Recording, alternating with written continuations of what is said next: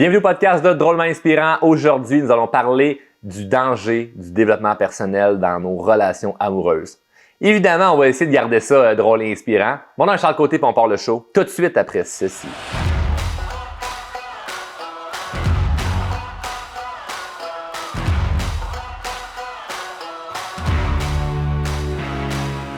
Le danger du développement personnel dans nos relations amoureuses. C'est un titre qui est assez accrocheur, mais qui est réaliste. Puis je veux tout de suite faire un avertissement avant que le show parte officiellement. C'est pas un épisode de podcast qui va faire l'unanimité. C'est pas le podcast qui va être le plus populaire, je crois, parce que il y a des choses que je pense qui sont pas la vérité, c'est plutôt ma vérité, puis qui est assez unique, puis que je crois que je dois partager, mais qui risque de peut-être froisser certaines personnes. Donc, il va y avoir beaucoup de nuances. Les nuances sont les suivantes. Si tu es en couple versus célibataire, et si tu es heureux versus malheureux, selon peu importe de si tu es célibataire ou en couple. Donc, tu peux être en couple présentement et tu es heureux. Donc, tu ne comprendras pas la même chose que la personne qui est en couple et malheureuse. Tu peux être célibataire et heureux, puis tu ne comprendras pas la même chose que si tu es célibataire et malheureux. Donc, ça, c'est les nuances qu'il faut avoir à prendre en garde avant de se déposer à écouter l'épisode avec pleine conscience, je dirais bien, parce que les relations amoureuses, c'est pas quelque chose de simple. C'est un sujet qu'on parle depuis toujours. Puis le but ultime, je pense, de tout le monde, c'est d'être dans une relation, tout le monde qui a envie d'être en couple, c'est d'être dans une relation qui est épanouissante, ce qu'on se sent bien. Puis on remarque que plein de gens ont de la difficulté en relation amoureuse et il y a toutes sortes de façons de pouvoir s'améliorer. Puis on le sait tous que la chose numéro 1 pour s'améliorer dans son couple, c'est de s'améliorer soi-même. Qu'est-ce qu'on fait pour s'améliorer soi-même? On fait de la croissance personnelle. Puis le danger, c'est que lorsqu'on fait de la croissance personnelle et que son partenaire de vie n'en fait pas, ça bousille encore plus la relation. Puis là, je suis certain qu'en ce moment, il y a des gens qui se disent « Ah, mais tellement! » Dans le temps que j'étais pas pleinement conscient de mes bobos, puis quand je dis mes bobos, là, c'est mes blessures émotionnelles, que j'étais pas pleinement conscient de mon potentiel, que j'étais. Tu sais, la croissance personnelle nous amène à être plus conscient de ce qui se passe autour de nous puis de qui nous sommes. On apprend à plus se connaître. Puis dans le temps que je me connaissais moins, mon conjoint, ma conjointe, qui n'est pas intéressé à la croissance personnelle, on se comprenait un peu plus. Puis là, plus que je prends de la hauteur sur mes enjeux, mes problèmes, mes blessures, sur ce que j'ai envie d'améliorer, sur mes rêves, sur mes objectifs, sur mes ambitions, plus que je prends de la connaissance sur tout ça, mais plus on dirait que je m'éloigne de mon partenaire de vie, puis là, ça devient difficile. Donc, c'est là qu'il y a un danger dans le développement personnel envers nos relations amoureuses. Maintenant, est-ce qu'il faut se restreindre dans nos ambitions, se restreindre dans notre bonheur, puis se dire, je ne ferai pas de croissance personnelle, je ne vais pas grandir comme personne pour rester avec quelqu'un? Je pense que la réponse est vite répondue. La réponse, c'est non. Faut s'assurer d'être heureux. Mais moi, je crois que on doit exiger l'excellence dans notre vie si on veut être quelqu'un qui veut 100% réaliser ses objectifs, ses rêves, puis qui carbure à de belles ambitions. Quand je dis l'excellence, c'est pas la perfection. L'excellence, c'est quelqu'un qui veut se surpasser. L'excellence, c'est quelqu'un qui veut s'améliorer. Donc, j'ai un exemple. Quand j'ai rencontré ma conjointe, c'est quelque chose de personnel que j'ai rarement parlé de façon publique, mais quand j'ai rencontré ma conjointe, c'était pas quelqu'un qui faisait de la croissance personnelle. Il vient d'une famille où pour eux, la croissance personnelle, c'est du pelletage de nuages, c'est des affaires de gourous, c'est des trucs pas trop crédibles. Donc, il y avait beaucoup de jugements à l'envers, à travers cette industrie-là. Il y avait beaucoup de fausses croyances par rapport à ça. Moi, quand j'arrive avec mon bagage, ça fait 5-6 ans que je fais déjà la croissance personnelle. J'ai grandi là-dedans parce qu'à l'âge de 16 ans, j'ai commencé à faire ma croissance personnelle. Et moi, j'arrive et que c'est naturel dans ma tête. Puis là, j'ai l'air un peu de l'extraterrestre. Puis là, plus que je parle avec elle, plus on réussit à avoir une belle connexion, puis on s'aime, on tombe en amour sans que les deux on soit dans la croissance personnelle. Donc, ça se peut de connecter avec quelqu'un qui ne fait pas de croissance personnelle. Mais avec le temps, le couple peut s'éloigner et mal se comprendre s'il y a un des deux qui en fait pas, voire même qui juge ça.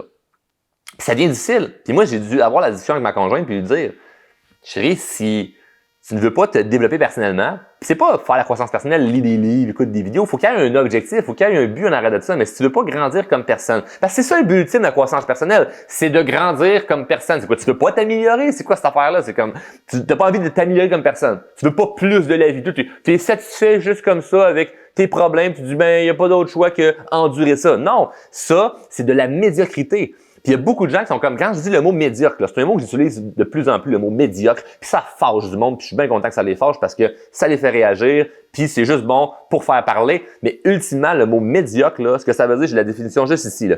C'est quoi la médiocrité? La médiocrité, c'est de la banalité, de la faiblesse, de l'insuffisance, de la pauvreté et de l'insignifiance. Ça, c'est des synonymes du mot médiocre. C'est pas que la personne est médiocre, c'est que la personne elle a une attitude qui est médiocre.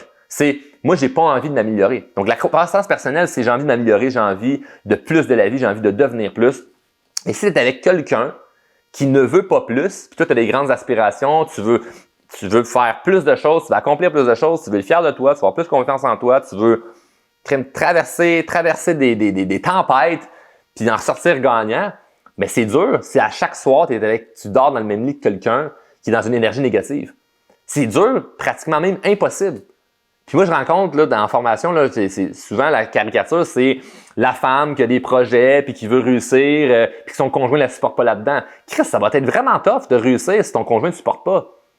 Puis il y a peu de gens qui parlent de ça, là, parce que c'est vraiment inconfortable. Souvent, la majorité des gens vont dire « Ouais, mais non, on peut réussir quand même. » Là. Puis fuck off! Si tu passes la majorité de ton temps avec quelqu'un qui ne croit pas en tes rêves, avec quelqu'un qui te tire vers le bas, pas de façon intentionnelle de j'ai envie de garder ma conjointe ou mon conjoint vers le bas, mais juste par son attitude, juste par la façon qu'elle t'écoute, juste par ses réactions quand tu parles de tes ambitions, ça te tire vers le bas. Puis moi, c'est là que j'ai dû avoir la conversation claire avec ma conjointe, de dire « Mais c'est quoi que tu as envie, tu sais? » Pas pour moi l'amener où ce que moi je veux, mais l'amener où ce qu'elle elle veut. Il faut qu'elle devienne une meilleure personne grâce au fait qu'elle est avec moi. Et non par manipulation, il faut que tu te développes personnellement parce qu'il faut que tu penses comme moi. C'est pas ça l'objectif. Le but, c'est de se dire, si les deux ont grandi, on est dans l'excellence. Donc moi, j'étais déjà dans l'excellence, elle l'était pas. Il a fallu que je l'éduque à arriver là. Puis dans l'épisode, je vais t'expliquer comment on peut amener quelqu'un à peut-être s'intéresser à la croissance personnelle si à la base, ce n'est pas quelque chose de naturel. Donc, restez bien attentifs parce que c'est du gros contenu de qualité qu'on va avoir là-dessus parce que c'est une question qui revient tellement souvent. C'est comme, mais là, moi, je fais la croissance personnelle, mon conjoint s'en calisse de ça. Comment que je fais pour l'amener à être ouvert par rapport à ça? L'autre point, ce qui est important à savoir, c'est que c'est séduisant, hein, quelqu'un qui veut se développer personnellement. C'est très, très séduisant, quelqu'un qui cherche à s'améliorer.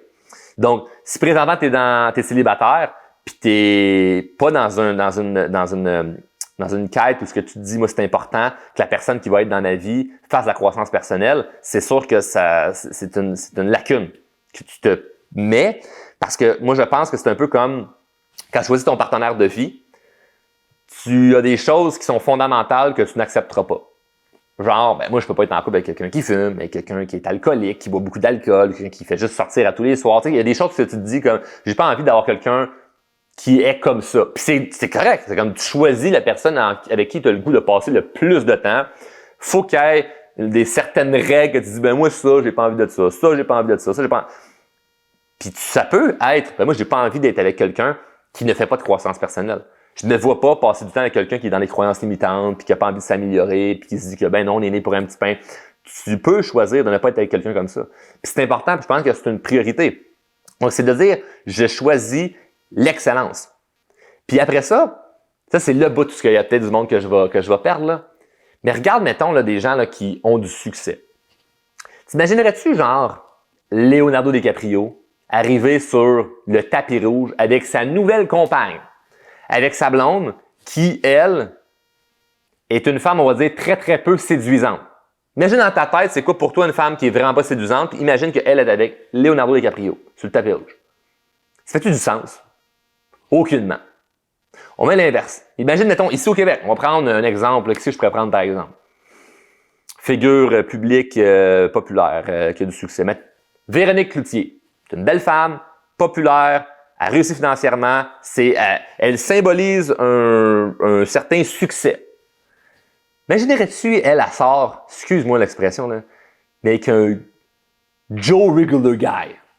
Un gars bien normal, bien ordinaire. Comme, il sort de chez eux, tu vois la bédaine, de la barbe tout croche, il se brosse pas les dents. Comme t'as Véronique Cloutier qui sort avec ça, là. Avec mon oncle Gaétan. Ça se peut pas. Pourquoi? Parce que cette personne-là sait qu'elle mérite mieux. Cette personne-là mérite l'excellence parce qu'elle vibre l'excellence.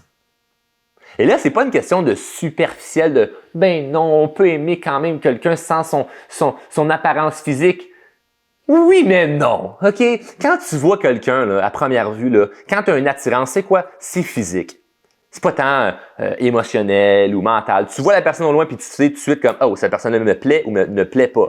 On est des animaux. Il faut arrêter de s'inventer des histoires de comme non, c'est juste je l'aime mon conjoint parce qu'il me stimule émotionnellement. Sais-tu quoi? Quelqu'un qui prend pas soin de soi, quelqu'un qui ne paraît pas bien, n'est pas stimulant émotionnellement. Pourquoi? Parce que la caricature là, de la belle femme qui sort avec un homme qui a beaucoup de succès, qui a de l'argent et tout ça, même si lui, cet homme-là, c'est pas le plus bel homme sur la terre, elle n'est pas avec lui juste parce que c'est son argent et son succès. C'est que lui, il a une histoire. Il y a quelque chose à raconter. Quand il vient de travailler le soir, là, il dit pas « ouais, ben l'autre jour de ma job, style, là, quand je haïs mon boss, puis j'ai assez hâte à ma pension. » Non! Il revient, puis c'est comme, il est arrivé telle affaire, tel meeting, patata, hey, là, oublie pas, on a le voyage la semaine prochaine. Tu sais, il y a quelque chose qui se passe. Cette personne-là veut de l'excellence dans sa vie, donc elle doit vivre selon des standards d'excellence. Et c'est juste de s'autoriser à mieux. On se demande des fois pourquoi on a peu de la vie. Des relations ordinaires. Un physique ordinaire, une santé ordinaire. La santé, attention, il y a des variables. Il y a des choses qu'on contrôle, des choses qu'on ne contrôle pas. OK? Maintenant, là, je parle en qu'est-ce qu'on contrôle. Avoir des finances ordinaires.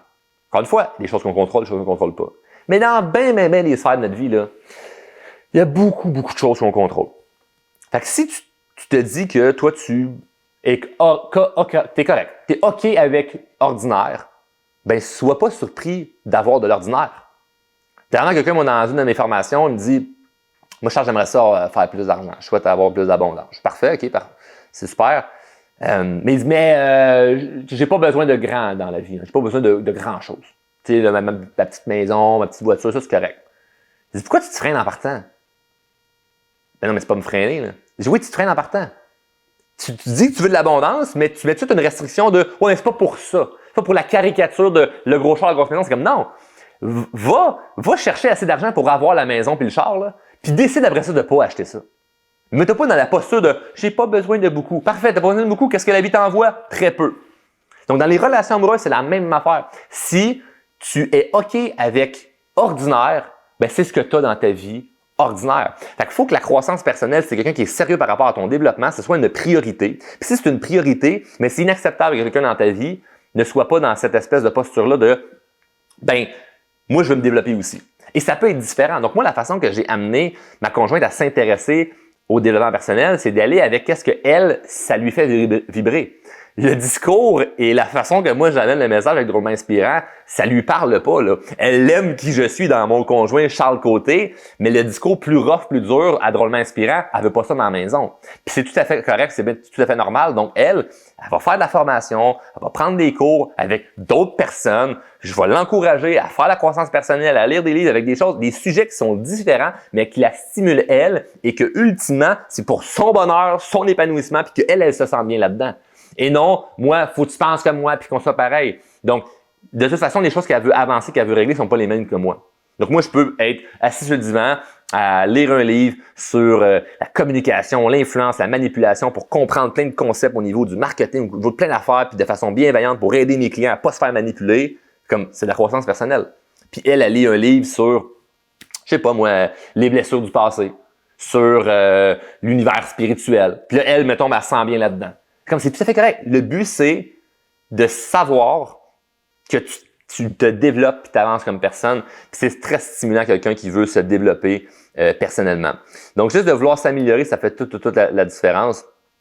Puis moi, ce que je suis content aujourd'hui, c'est de voir des gens, tu sais, dans notre équipe que dans nos clients chez Drôlement Inspirant, qui font cette espèce de switch-là dans leur vie de « moi, je veux plus de la vie ». Puis j'exige plus. Puis c'est pas une exigence de menace de si tu changes pas, ben on sera plus ensemble ou non, ça doit être ça. Puis il faut être complètement aveuglé pour se dire ben non, je vais réussir à réaliser tous mes rêves et être 100% heureux en étant dans une relation qui me tire vers le bas. Tu peux pas accepter ça. Tu peux juste pas accepter ça. Donc, maintenant, pourquoi quelqu'un investirait du temps et même argent dans son développement personnel? Ben, c'est pour deux raisons. C'est pour le end goal, c'est-à-dire le résultat final de qu'est-ce que je pourrais devenir, faire, avoir, ou le qu'est-ce que je veux éviter comme douleur. Qu'est-ce que je veux éviter de pas devenir. Fait que je fais ma croissance personnelle parce que j'ai envie d'avoir plus confiance. Mais avoir plus confiance, pourquoi? Mais parce que j'aimerais ça faire plus d'argent, demander une augmentation, ou parce que j'aimerais ça être plus à l'aise d'aller vers les autres. Bref, peu importe c'est quoi, c'est comme tu veux quelque chose.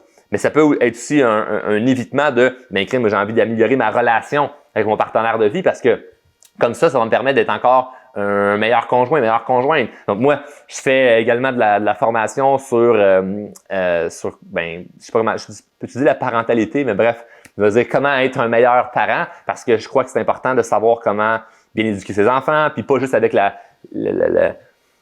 encore une fois, la caricature de ce que l'on nous enseigne depuis des années de comment on doit élever un enfant, ça change beaucoup. Puis moi, je veux être à jour, puis je veux être à jour selon mon style de vie, parce que j'ai un style de vie qui est différent de la moyenne des gens, parce que j'ai pas envie d'être dans la moyenne des gens. Donc, il faut que j'apprenne des choses qui sont différentes. Donc, je m'éduque, ça fait partie de ma croissance personnelle. Je m'éduque sur comment devenir un bon père pour ne pas souffrir un jour de hey, j'ai réussi dans ma vie au niveau carrière, mais j'ai échoué ma famille. Donc, ça fait partie de ma croissance personnelle. Mais ça, je le fais par la motivation de me dire, hey, plus tard, mes enfants je vais avoir une belle relation avec mes enfants, mais en même temps, je veux éviter l'idée de hey, peut-être qu'un jour, mes enfants ne devraient plus me parler, tu sais. C'est tellement souffrant, j'ai pas envie de ça. Fait que je vais travailler sur moi, sur tout ce que je peux faire pour devenir un super bon papa. Ça fait partie de la croissance personnelle. La croissance personnelle, c'est pas juste le style cliché de go, réalisons nos rêves, puis le self-esteem, l'estime de soi. C'est comme, oui, il y a aussi ça, mais c'est pas juste ça. La croissance personnelle, c'est vouloir s'améliorer, point. Puis, si la personne avec qui tu es vraiment fermée depuis des années, puis qu'elle veut rien savoir par rapport à la croissance personnelle, elle veut rien savoir par rapport à tes objectifs, puis elle est dans une résistance par rapport à tes rêves, tes ambitions, mais tu as une décision probablement difficile à prendre. Puis peut-être que depuis le début de l'épisode, c'est pour ça que j'ai dit en intro que ça risque d'être un épisode qui est pas confortable, ça risque d'être un épisode qui est pas le fun à écouter parce qu'on préférait écouter quelqu'un qui a un discours plus zen, qui dit comme ben non, voici telle technique pour améliorer ta relation, voici telle stratégie pour réussir à rendre ton conjoint plus romantique avec toi. C'est comme man, si ton conjoint, là, ça ne tente pas, là, ou ta conjointe est pas ouverte à plus de la vie, puis toi, tu veux plus de la vie, ça va être vraiment difficile d'aller plus loin. Puis ça, c'est juste la sincère vérité. Là. La sincère vérité que moi, je crois. Si quelqu'un veut réussir à me prouver le contraire d'une femme avec du succès qui est en couple avec un mononcle Gaétan, présentez-moi ça parce que je vais avoir beaucoup de questions à poser parce que je le comprends pas. Puis c'est vrai parce qu'on voit ça chez les autres. Tu vois quelqu'un qui a l'air d'avoir une belle vie, là, tu te dis, wow, son partenaire de vie, c'est quelqu'un qui a l'air d'être bien. Pourquoi? Parce que ça fait juste du sens. Il n'y a rien de stéréotype ou de superficiel là-dedans. C'est comme, t'imagines pas Leonardo DiCaprio, un acteur beau, qui a du succès, sortir avec une femme moyenne. Quelqu'un qui prend pas soin d'elle, puis qui s'en fout, puis qui a pas envie de s'améliorer, puis qui est juste... Tu vois, ça ne fit pas. Je te le dis, puis toi-même, tu te comme, mais non, ça marche pas. Puis ça paraît mal de dire ça. Parce que sorti hors contexte là, d'un podcast, c'est comme, ben voyons donc, on peut pas dire ça. Il y a du monde qui sont ordinaires, comme tu dis. Puis en passant, c'est quoi ordinaire pour toi? Peut-être qu'ordinaire pour toi, c'est pas la même chose qu'ordinaire pour moi. Je suis pas en train de te dire qu'il faut rentrer dans une caricature X. Je suis en train de dire que ce que toi, tu veux de la vie, si c'est l'excellence, tu exiges l'excellence de toi-même et des autres. Tu n'exiges pas de l'ordinaire. Puis ça fait toute la différence. Le jour où ce que tu t'autorises à l'excellence, là, c'est de la magie autour de toi. Il y a des choses qui vont, au début, avoir certaines frictions. Puis après ça devient normal. Fait que moi, là, mettons, t'imaginerais-tu que tu me croises à quelque part, là, puis j'étais avec des amis, là, puis ils ont juste l'air d'une gang de... J'allais dire une gang de caves. Non, c'est pas vrai. J'ai des amis qui sont un peu caves. Mais parce que je suis un peu des fois. Avec certains amis, on aime ça juste niaiser, faire les cons. Fait que ça fait partie de la vie. Mais tu sais, imagine, mettons, tu me vois avec des gens qui font vraiment des stupidités, là. Tu sais, là, pour tout déranger, puis désagréable, puis bête avec la serveuse au restaurant, puis type même pas. Tu fais, mais non, ça se peut pas que Charles traîne avec des gens comme ça. Comme tu serais pas surpris de voir, mettons, je sais pas moi, quelqu'un à la télé de connu, qu'on sait qu'il a du succès, ou quelqu'un, un entrepreneur au Québec qui a beaucoup d'argent. Tu serais pas surpris de dire comme, ah, ce gars-là, il est ami avec Charles. Tu serais, ah, ben oui, normal. Mais pourquoi pas toi? Pourquoi pas toi, tu n'as pas des belles relations autour de toi? Pourquoi pas toi, tu n'as pas du beau monde autour de toi qui gravite et que tu sens que ça va être le fun? Puis d'ailleurs, ça va être l'épisode de la semaine prochaine, comment réussir à bâtir un bon réseau, comment réussir à bâtir des bonnes relations. Aujourd'hui, on parlait spécifiquement au niveau du couple, mais ça revient tout le temps au même. C'est pas une question juste de couple ou juste amicale ou juste affaires ou juste familiaux. Oui, on peut séparer tous les sujets, mais ça reste que si tu autorises de la médiocrité dans ta vie, c'est ce que tu vas attirer et c'est ce que tu vas vibrer, puis c'est ce que tu vas être. Puis tu n'as pas envie d'être quelqu'un de médiocre. Puis rappelle-toi, quelqu'un de médiocre, OK? Le synonyme d'être médiocre, c'est de la banalité. Tu n'as pas envie d'être banal. C'est de la faiblesse. As-tu envie d'être faible? Tu peux être vulnérable, mais pas faible. As-tu envie de pauvreté? Non!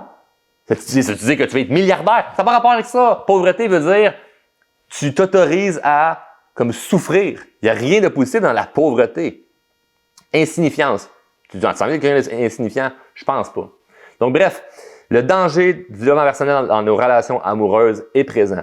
Okay? Si tu fais la croissance personnelle puis ton conjoint, ta conjointe ne te supporte pas là-dedans, ça risque d'être difficile. Maintenant, est-ce que tu peux changer quelque chose? Oui, j'en suis la preuve. Maintenant, est-ce que ça veut dire que c'est une fois que c'est réglé ou ce que ton conjoint, ta conjointe est ouvert et fait plus de croissance personnelle, c'est réglé, tout est beau, puis la vie va rouler comme sur des roulettes, tout est simple? Non. Peut-être que même moi, je suis pas à l'abri d'un divorce. T'es pas à l'abri non plus de ça. Mais si je peux faire tout ce que j'ai en mon pouvoir pour amener la personne qui est dans ma vie à s'ouvrir à ça, se développer personnellement, puis de vouloir être bien là-dedans, bien tant mieux. Puis si la personne ne veut pas, bien, ça serait terminé. Moi, si présentement, après plusieurs années en relation avec ma conjointe, si elle n'était pas ouverte à se développer personnellement, bien, je serais pas avec. Je pourrais pas. Je pourrais juste pas être avec quelqu'un qui ne recherche pas à s'améliorer, qui ne recherche pas à avoir plus. Puis ça vient qu'au final, bien, on se sent bien là-dedans, puis c'est séduisant quelqu'un qui veut s'améliorer. Sur ce, je te suggère fortement, si tu as apprécié l'épisode, de la partager parce qu'il y a sûrement plein de gens à qui tu penses pendant l'épisode que tu t'es dit « Ah ouais, elle a besoin d'entendre ça, lui a besoin d'entendre ça ».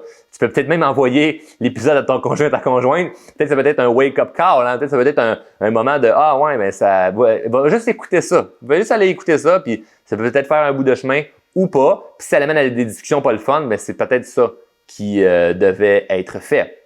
Donc, si ce n'est pas déjà fait, je t'invite à t'abonner également à la chaîne YouTube si tu écoutes sur YouTube ou sur nos plateformes de balado-diffusion comme Spotify, Apple Podcast ou directement sur le site web drôlementinspirant.com. Puis, j'ai hâte que tu écoutes l'épisode de la semaine prochaine où on va parler de comment se bâtir un bon réseau de gens positifs, de gens inspirants. Bref, bonne journée, à la semaine prochaine.